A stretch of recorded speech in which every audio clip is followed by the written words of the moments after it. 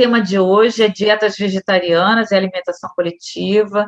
Esse tema eu até apresentei no ano de 2019, logo no início da nossa gestão no Conselho, né, nos 100 dias de atividade dessa gestão, e eu trouxe para vocês aqui que eu acho que é interessante, ok? Bom, se a gente pensar que o vegetarianismo não é uma coisa nova, é uma coisa bem antiga, vamos dizer que ele surge cerca de 5 milhões de anos atrás, né? Porque o nosso antepassado mais antigo, ele se alimentava de frutos, sementes, né? Raízes, era disso que ele se alimentava. Então, o homem, ele já nasce vegetariano, né? Vamos combinar. E aí, o que acontece com as mudanças climáticas, né? Com a mudança de vegetação, o homem passa também a procurar outros alimentos. Então, nas eras glaciais, por exemplo, a dificuldade de alimentação era muita. Então, o homem ele passa a se alimentar aí de grandes animais. E depois, então, surge o fogo, né? E o fogo traz uma modificação também na dieta do homem. Ele passa a ter mais tempo para fazer outras coisas do que se alimentar. Vocês imaginem que uma dieta crudívora, né, é muito diferente do que a gente tem hoje. O homem passou a se alimentar com maior rapidez, porque comer tudo cru demanda um certo tempo, uma certa energia. Então, as mudanças climáticas, o surgimento do fogo, o desenvolvimento das armas, a fixação do homem na terra, né? Porque quando ele passa a se fixar na terra, ele passa a cultivar certos alimentos, né, que ele percebeu poder cultivar ali enquanto fixo na terra, né, e aí ele começa a atrair alguns animais. Atraindo alguns animais, ele passa a domesticar esses animais, ele passa a se alimentar desses animais. Quando a gente está falando no surgimento da agricultura, a gente está falando em 10 mil anos atrás, 11 mil anos atrás, né? E o homem, há 5 milhões de anos, ele era vegetariano. Então, só quando ele se fixa na terra, quando surge a agricultura, quando ele domestica alguns animais, é que ele passa a se alimentar de uma forma totalmente diferente. O relato mais antigo que se tem, né, do regime vegetariano lá, né, nos escritos de Moisés. Então, Deus instruiu primeiro para Adão e Eva sobre como deveria se alimentar. E aí a dieta ela se constituía de cereais, de legumes, verduras, nozes e etc. Né? Então, é o relato mais antigo que se tem do regime vegetariano. Mas, se a gente pensar no vegetarianismo nas civilizações antigas, no século III a.C., lá os egípcios eles já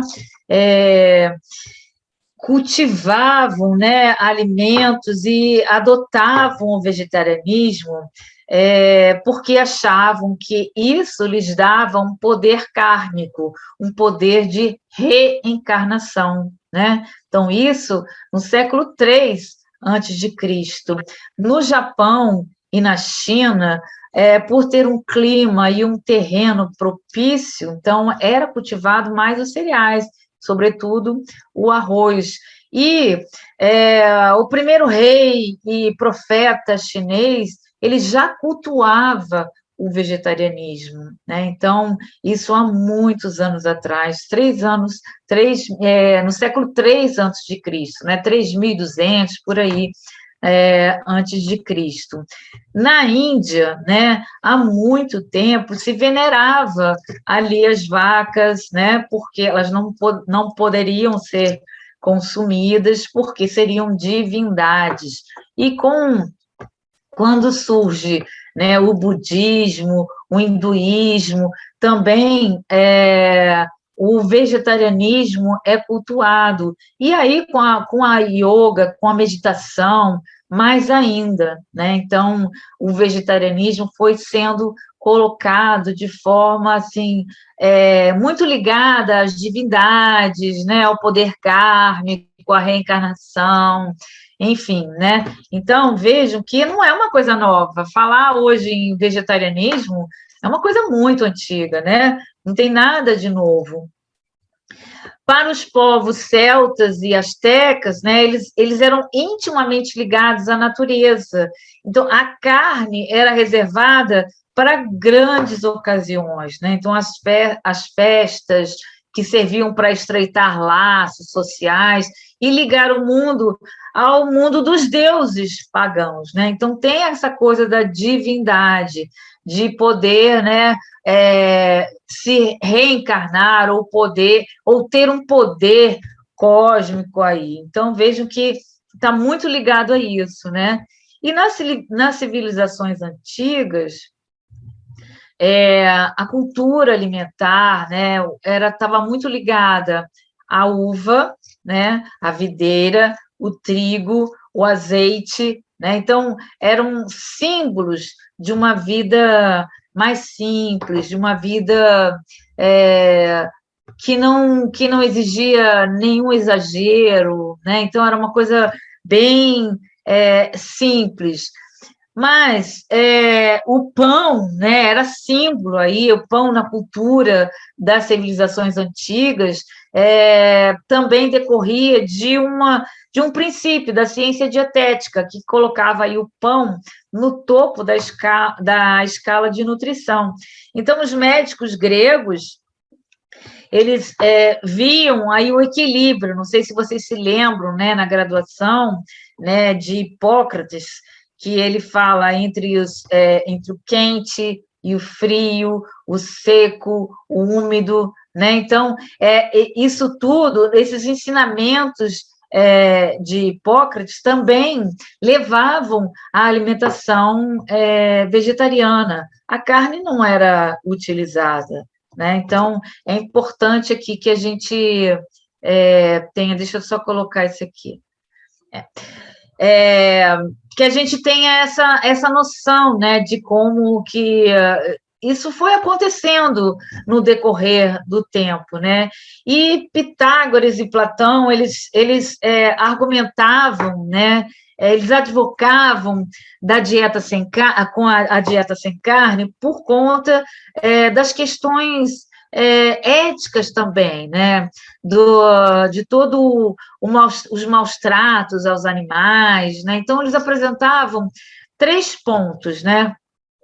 A veneração religiosa, né, que já vinha de antes, a saúde física e a responsabilidade ecológica, né? Então, o maltrato dos animais, os animais eram cultuados, então, o maltrato ao animal gerava um desconforto, então, o vegetarianismo era colocado como uma solução para isso e com uma responsabilidade ecológica, né?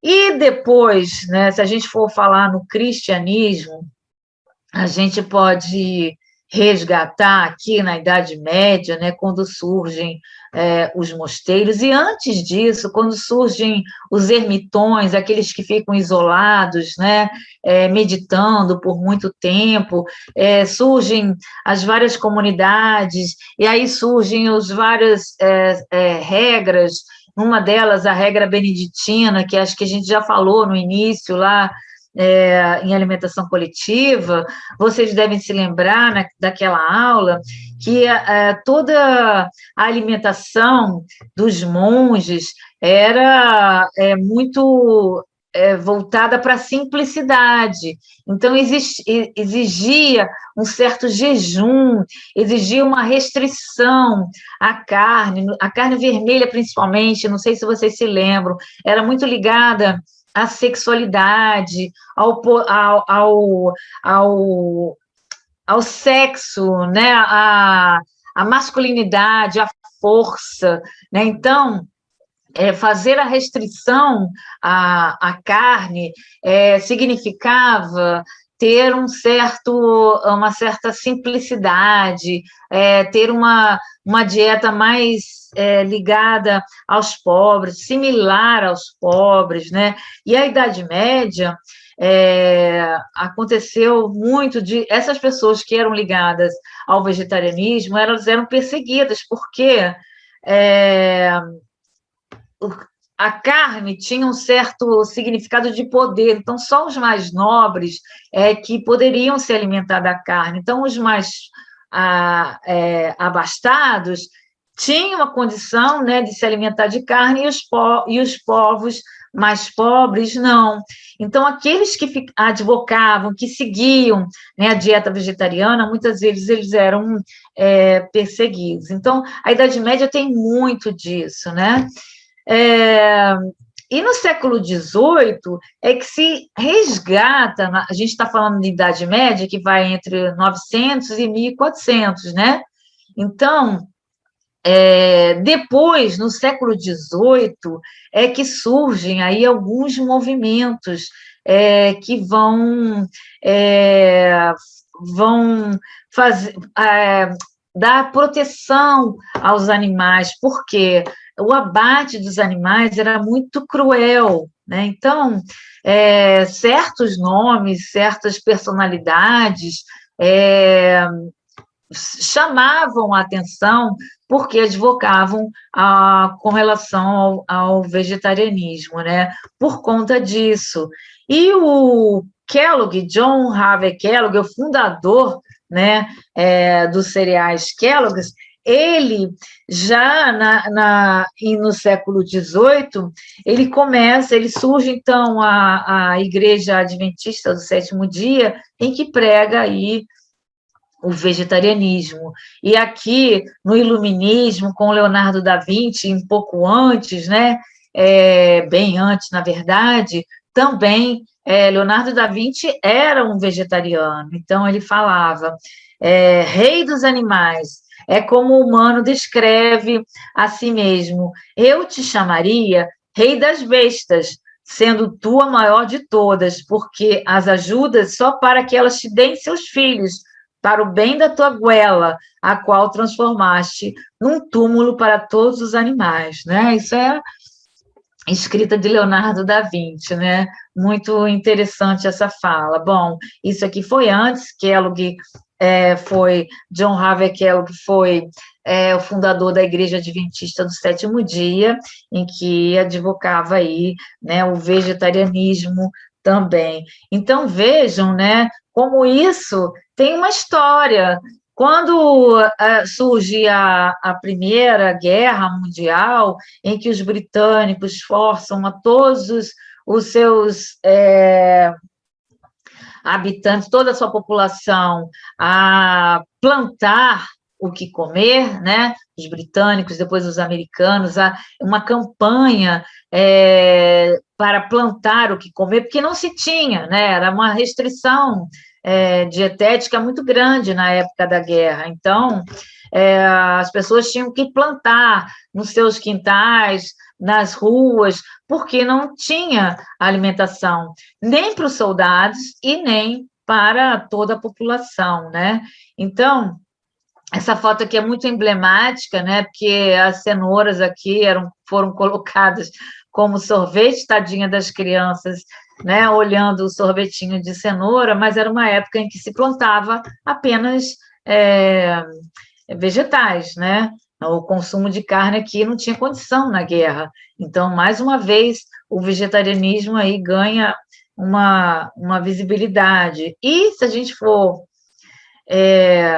pensar, né, no que vem depois da guerra, com todo o desenvolvimento, com o mundo estava destruído, principalmente a Europa estava destruída, aí surge a preocupação em alimentar as pessoas, e principalmente com os vegetais, né? Então, aí vem a questão de toda a revolução aqui no plantio, aí surgem os agrotóxicos e tudo mais. Então, é uma consequência aí da guerra, né? Hoje não se sabe o que a gente come, né? Mas, enfim, foi tudo isso consequência, né, para a alimentação, e o que se tinha mais era a questão, era a produção de vegetais, né? Ninguém imaginava que hoje a gente teria uma produção de carne tão grande, né? Hoje a preocupação maior é justamente reduzir a produção de pecuária, né, por conta dos gases do efeito estufa, né? Então, eu coloquei aqui alguns vegetarianos famosos aqui, como Albert Einstein, né? Napoleão Bonaparte, Newton, né, da teoria da gravidade. Albert Einstein falou o seguinte: sou, por princípio, fervoroso seguidor do vegetarianismo, acima de tudo por razões morais e estéticas. Creio firmemente que, já por seus efeitos físicos, o sistema vegetariano influirá de tal maneira sobre o temperamento do homem que em muito melhorará o destino da humanidade. Então, Albert Einstein, no século XX, né? Então, vejam só, né? Hoje a gente se preocupa com a questão de todo o devastamento, né? De todo o efeito estufa que a produção de gado ela traz, né? A gente sabe que a produção ostensiva aí de gado produz muito gás metano, não é? E, além disso, tudo que é devastado para a produção de gado. Aqui no Brasil é um problema sério. Esse governo trouxe aí, né, um desmatamento muito maior, muito pelo incentivo à produção, né? Então, é uma preocupação muito grande. A gente já teve, há anos atrás, a questão da vaca louca, a gente tem outras pandemias aí sempre ligadas aos animais, então é sempre uma preocupação, né? Então, hoje se tem aí o vegetarianismo como uma solução, né? Como se fosse uma solução para todos os problemas da humanidade, né? Então, a gente tem que pensar nos objetivos aí as ODS, né, Objetivos do Desenvolvimento Sustentável, pensando que os 4 primeiros aqui, né, objetivos a serem alcançados, primeiro, a erradicação da pobreza.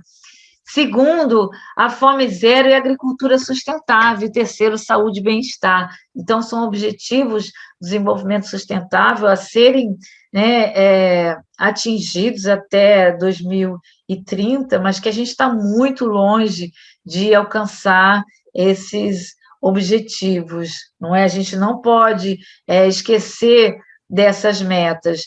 Em 2018, o The Lancet, né, que é um grupo de pesquisadores, eu não sei se vocês já devem ter visto, mas a gente já deve ter falado sobre isso, esse documento, né, que é Alimento, Planeta e Saúde, com vistas aí a uma dieta planetária, uma dieta com sistemas alimentares sustentáveis, com uma meta de reduzir aí 50% o consumo de carne, né? Então, ela coloca, essa pesquisa, ela coloca 2019, porque a pandemia nos deixou meio sem noção do tempo, né, gente? Não sei vocês, mas a mim parece que são 2 anos que se perderam no planeta, né? Mas, enfim, numa das recomendações aqui, fala sobre as fontes de proteína, o consumo de proteínas gramas por dia no intervalo possível. Então, aqui, o consumo de macronutrientes com recomendações e o intervalo. Então, se a gente tem aqui, por exemplo, 14 gramas de proteína, vezes 7 por semana, daria 98 gramas de proteína. Se a gente considerar uma carne A100 cozida, por exemplo, né, que tem 27 gramas de proteína por 100 gramas, fazendo a regrinha de 3 aqui, a gente tem 362 gramas de A100 por semana, que equivalem a 3 bifes pequenos. Estaria dentro da recomendação, né? E estaria dentro do objetivo em reduzir aí o consumo de carne. Na verdade, o que se pretende é tirar o protagonismo da carne, né? Porque hoje, se você conversar com a maioria das pessoas, né? Não comem sem carne, né? Tirando os vegetarianos aí, mas aquelas pessoas que realmente querem, mas não tem carne, parece que não é comida, né? E se a gente olhar para trás, a gente vai ver que o homem nunca foi carnívoro, não é? Bom, esse documento traz aí N possibilidades de alimentação, unindo as proteínas vegetais, né? Reduzindo as proteínas animais, principalmente, né? A carne bovina. E traz também aqui os problemas da alimentação no mundo, né, com relação ao consumo de carne. Então, a nutrição inadequada é, de longe, a principal causa, 19% de problemas de saúde e mortes prematuras no mundo. Então, aqui traz o consumo de carne vermelha, né, global, é muito grande, né? Se a gente olhar para a América Latina, né, e a América do Sul, a gente vai ver também o consumo. A América do Norte, Estados Unidos, está de longe o maior consumo aí de carne vermelha. Bom, uma pesquisa do IBOP também revelou, né, que o número de pessoas que exclui aí alimentos de origem animal do cardápio reflete aí tendências mundiais consolidadas aí de busca por uma alimentação mais saudável, sustentável e ética. Então, 55% dos brasileiros consumiriam mais produtos veganos se estivessem indicados na embalagem. É uma coisa interessante, né? 14% dos brasileiros se declaram vegetarianos, né? Aí a gente vai falar um pouquinho sobre essa diferença, que é importante, né? A gente tem, em 2018, eram 8 em cada 10 brasileiros que se esforçam em ter uma alimentação saudável, segundo aí esse relatório da Fiesp. Hoje é muito maior. Em 2020, o crescimento durante a pandemia, o crescimento de consumo de alimentos saudáveis aumentou bastante. Vocês devem ter ouvido, visto na internet, né? Todas essas notícias, né, de que a maioria cresceu o consumo local, alimentos orgânicos, alimentos agroecológicos, as pessoas buscando mais por esse tipo de alimentos. E aí, deixa eu ver se eu explico aqui para vocês. Não, o vegetariano, vamos fazer aí uma reflexão entre o que a gente chama hoje de flexitarianos também, que é uma coisa nova, né? Os vegetarianos, eles são divididos aí, eu vou falar, em ovo-lacto-vegetarianos, vegetarianos, estritos, enfim, são pessoas que não se alimentam de uma carne, né? Ou somente ovo, ou de derivados, ou de só vegetais, enfim, né? Eles têm uma divisão entre eles. Os veganos, é importante que vocês saibam que os veganos, para não falar, por exemplo, meu cardápio é vegano, o veganismo é uma filosofia. A pessoa que é vegana, ela tem por filosofia o veganismo. Então, ela não consome e não veste, não utiliza nada de origem animal. Ela não utiliza um shampoo, um antibiótico. Antigamente, quando tinha filme de máquina, né, película, também que é feito com colágeno, a pessoa não utilizava, não utiliza nenhuma vestimenta de couro, de qualquer animal, enfim.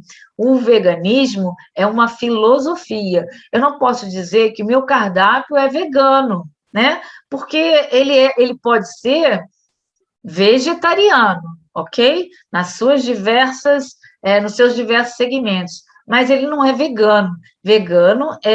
O veganismo é uma filosofia, ok? E os flexitarianos são aqueles que não têm a filosofia nem vegetariana, nem vegana. Vegetariano, só para vocês entenderem, saberem, né? A Igreja do Sétimo Dia, ela começou lá atrás, no século XIX, pregando o vegetarianismo e se perpetuou. Até hoje existe a Igreja do Sétimo Dia, né? E eu me lembro quando antes de iniciar a faculdade de nutrição, os primeiros produtos vegetarianos eram enlatados, carne de soja, né? Ela era da Superbom, e a Superbom era da Igreja Adventista do Sétimo Dia, né? Então, já é uma coisa antiga, né? Então, o flexitariano é aquela pessoa que ele come de acordo com a sua conveniência. Sou eu, por exemplo, né?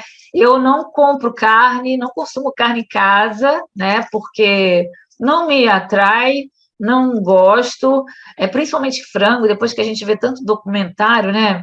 Eu fico meio assim na hora de comer frango, mas se eu tiver que comer, eu prefiro comer uma carne bovina. Aí eu como quando tenho que fazer uma prova lá no trabalho, no Instituto de Psiquiatria, né? Ou como quando vou a algum evento, alguma festa, alguma coisa, ou viajo para experimentar, né? Mas eu não tenho nenhuma restrição, assim, ó, não como de jeito nenhum. Esse é o flexitariano, né? Que hoje a gente chama de flexitariano, ok? Então, essas são as diferenças. O vegetarianismo, né? Ele pode ser, a pessoa que é vegetariana pode ser ovo-lacto-vegetariana, que aí ele consome ovos, leite e laticínios. Lacto-vegetariana, ele não come ovos, ele só come leite e laticínios. O ovo vegetariano, ele só come vegetais e ovos, né? O vegetarianismo estrito, ele não vai comer nenhum produto de origem animal na sua alimentação. E o vegano, como eu expliquei para vocês, é um indivíduo vegetariano estrito que recusa o uso de componentes animais não alimentícios, como vestimentas de couro, lã e seda, assim como produtos que são testados em animais, né? Alguns antibióticos, por exemplo, né? E quais são as razões para a adoção hoje de uma dieta vegetariana? Primeiro, saúde, né? Em razão de que as pessoas admitem que a carne pode trazer malefícios à saúde, principalmente à saúde do intestino, né? Razões econômicas, considerando aí os custos mais elevados para a criação de animais para abate, né? Hoje, então, a carne está caríssima, né? O preço da carne está alto para caramba, e nesse período de entre safra, de inverno, né? É mais complicado ainda. Então, a gente fica, as vacas, né, não dão leite nessa época, você vai para o interior de Minas, você fala, a gente está sem queijo, porque não está tendo leite suficiente, né, então, é um período complicado. Por razões ecológicas também, a gente já até comentou, né, o devastamento aí de áreas verdes, a poluição de mananciais, de rios, a mudança na composição gasosa da atmosfera, também a gente já falou sobre os gases de efeito estufa, né? Outra razão também são éticas, né? Muitas pessoas adotam o vegetarianismo por conta dos animais, e isso vocês já acabei de contar para vocês que não é uma coisa nova, né? Já é antiga, e por razões religiosas ou espirituais, né? Então, o vegetarianismo, como vocês já viram, ele é praticado por religiões já antigas. E, por último, aqui, por razões familiares, né? As pessoas de uma mesma família são influenciadas, né? Então, o meu filho, por exemplo, é vegetariano, e aí começa a induzir, né, os pais a tomarem essa consciência e se tornarem vegetarianos, né? Além disso tudo, a gente tem hoje, com toda essa preocupação, o mercado, né, é tendencioso, então ele começa a observar, né, todo o comportamento do consumidor e vai inventando, né, para que em vistas, né, de um retorno capital, né, de um retorno financeiro. Então, acho que todo mundo já conhece o Futuro Burger, que é uma carne feita de vegetais, essencialmente, acho que leguminosas, né?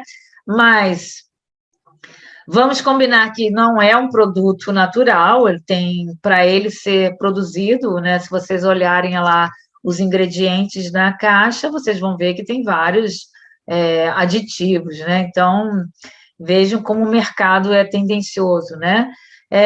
Esse sushi aqui de salmão, né? É totalmente artificial, já existe peixe artificial, né? Todo elaborado com com vegetais e, novamente, né, com muitos aditivos, muitos produtos químicos para dar essa textura, né? O substituto para o ovo, à base de plantas também, e esse aqui, ele vem na caixa como se fosse ovos mesmo, né? Só que ele é um pó feito à base de vegetais. Então, é a comida do futuro, né, gente? Do futuro que é presente, que as pessoas vão sendo, eu vou dizer para vocês que elas vão sendo levadas a esse consumo, né? Ao invés de consumir o simples, que é simplesmente uma comida vegetal, não, né? Acaba sendo influenciada por toda essas questões mercadológicas, né? A gente tem algumas iniciativas sustentáveis, né? Vocês também já devem conhecer a Segunda Sem Carne, né? Muitas escolas já adotaram esse hábito, né? Segundo a Sociedade Vegetariana Brasileira, né, já existe no Brasil, eu acho até pouco, mas é uma pesquisa deles, né? Já existem mais de 250 restaurantes vegetarianos e veganos, né? Existem restaurantes vegetarianos maravilhosos, né? Aqui no Rio de Janeiro tem 2 que eu gosto muito, né? Então, a comida é saborosa, muito bem preparada, né? Muito gourmetizada, né? Então, não fica nada a dever para outros pratos, muito pelo contrário. Hoje tem uma apresentação totalmente diferente do que a gente tinha de uma comida vegetariana antigamente, né? E para mostrar para vocês, né, como isso é possível, eu trouxe uma experiência lá do IPUB. Essas fotos foram tiradas em 2019, mas a gente mantém o mesmo cardápio, não é? Mas já falei para vocês, eu acho que eu trabalho no Instituto de Psiquiatria da UFRJ, quer dizer, entre outras coisas, eu coordeno o serviço de nutrição e dietética lá do Instituto de Psiquiatria da UFRJ. E lá são doentes psiquiátricos, né? Então, você colocar cardápio vegetariano para eles lá como opção é meio que um desafio, né? Quer dizer, meio não, é um desafio, porque muitas vezes eles não entendem ou não entendiam. Hoje eles já passaram a entender. Então, nós fizemos uma pesquisa no final do ano passado e sobre a aceitação dos pratos vegetarianos. Tem um prato principal e uma opção. Então, 2 vezes na semana, uma no almoço e no jantar, a opção é um prato vegetariano. Então, a gente fez uma pesquisa e identificou ali que os pratos vegetarianos têm, em média, 60% de aceitação. No início foi bem complicado, porque a gente colocava, por exemplo, uma moqueca de banana da terra, né, como opção, para eles entenderem que eles ou era um, era outro, né? No final eles acabam comendo os dois, porque eles podem repetir, então eles acabam comendo os dois. Mas a gente observa a primeira opção, né? A primeira opção deles, qual é a primeira opção? Então, foi difícil eles entenderem isso, mas hoje a gente já consegue. Então, é um serviço de alimentação simples, né, com os 2 pratos principais, mas foi possível a gente colocar um hambúrguer de berinjela, como tem aqui, um bolinho de grão de bico, né, uma moqueca de banana, um ensopado de grão de bico com legumes. Então, a gente tem lá vários pratos e foram ali inseridos. Então, foi uma surpresa para a gente. E, olhem, é muito interessante, porque vira e mexe, tem paciente vegetariano. Tinha uma primeira paciente que eu recebi lá quando fui para lá, né? Ela dizia, ela não comia o arroz integral porque ela tinha lido que o arroz integral tinha chumbo, então ela não queria aquele arroz, ela chorava que ela queria um outro arroz, mas ela queria arroz integral, né? Apesar deles terem, né, problemas psiquiátricos, eles eram, assim, eles são, na maioria das vezes, conscientes, né, da atualidade. Bom, o que a gente leva em conta no planejamento de cardápios, né? Alguns critérios técnicos, né, de como produzir aquela preparação, as exigências aí operacionais, né, o que preciso para operar, para fazer essa preparação, eu tenho equipamento, eu tenho utensílio, como é que eu vou distribuir, né?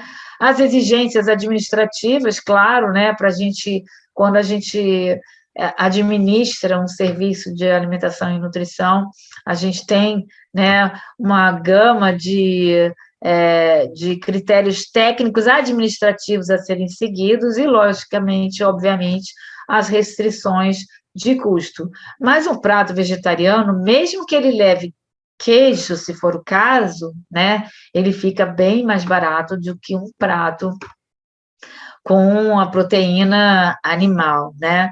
Mas a gente leva em consideração todos esses critérios. Lógico que, se for um prato vegetariano que leve gêneros alimentícios ou alimentos mais caros, como frutas secas, por exemplo, claro, né? Isso vai encarecer o prato. Mas tem N preparações que a gente pode colocar e que fiquem bem, o cardápio fica bem em conta, né? Bom, considerando aí o planejamento das dietas vegetarianas, é importante que a gente tenha, né, os critérios aí nutricionais. Então, alguns nutrientes são considerados de maior importância, né? Quer seja pelo risco do consumo inadequado ou pela sua biodisponibilidade durante o processo de digestão e absorção. Então, a gente vai pensar na elaboração de cardápios, na relação de proteínas, do ferro, do zinco, do cálcio, da vitamina B12, da vitamina D e ácidos graxos, né? Então, a gente tem que pensar nisso, né? Na combinação dos alimentos, na hora de elaborar um cardápio, se ele for todo vegetariano, né? Lembrando que a gente também tem que pensar que com essa pandemia, né, houve aí uma mudança enorme no comportamento alimentar, muitas pessoas também conseguiram engordar, né? Eu também engordei, mas já consegui emagrecer, graças a Deus, mas o tipo de vida que a gente está levando, né? Agora nem tanto, mas já no início da pandemia, então leva aí a uma preocupação na hora de elaborar o cardápio. E quais são as dificuldades que a gente tem em relação à alimentação coletiva quando se fala em cardápios vegetarianos, né?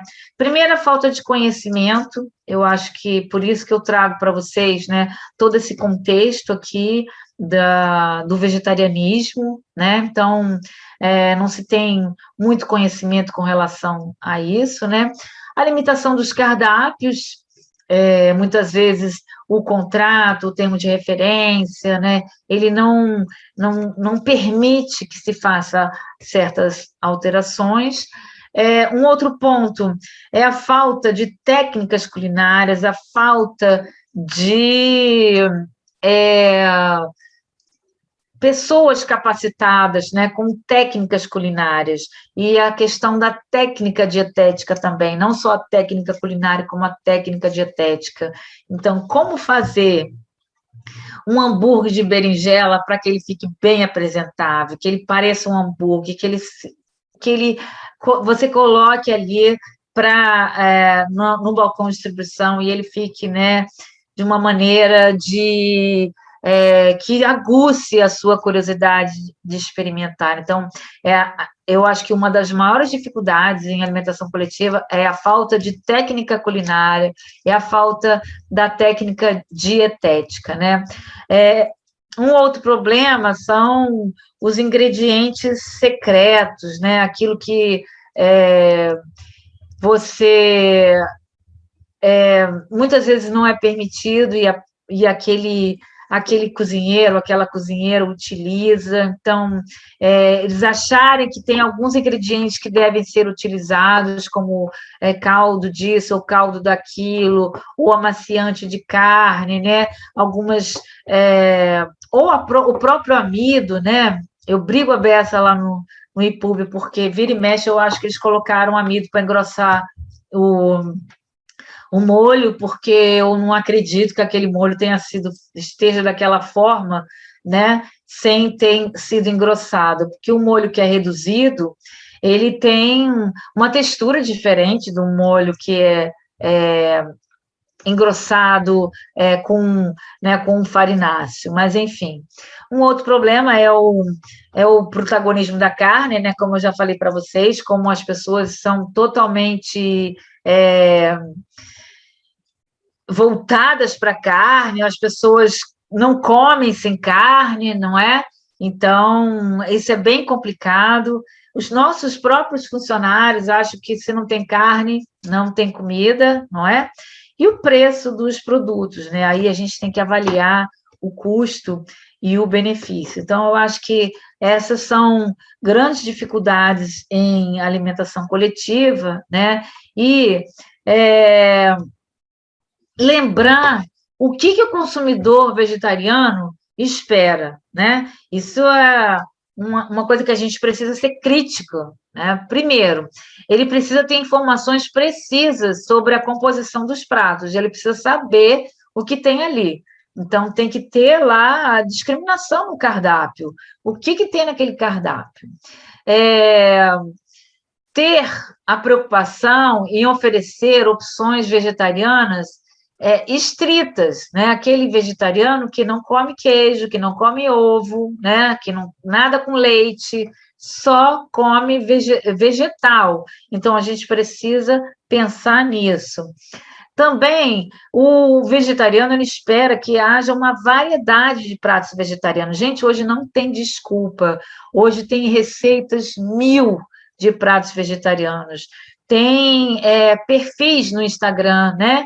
De vegetarianos, de receitas vegetarianas que são maravilhosas. Eu tenho um perfil que eu sigo e que eu testo todas as receitas e eu gosto muito, né?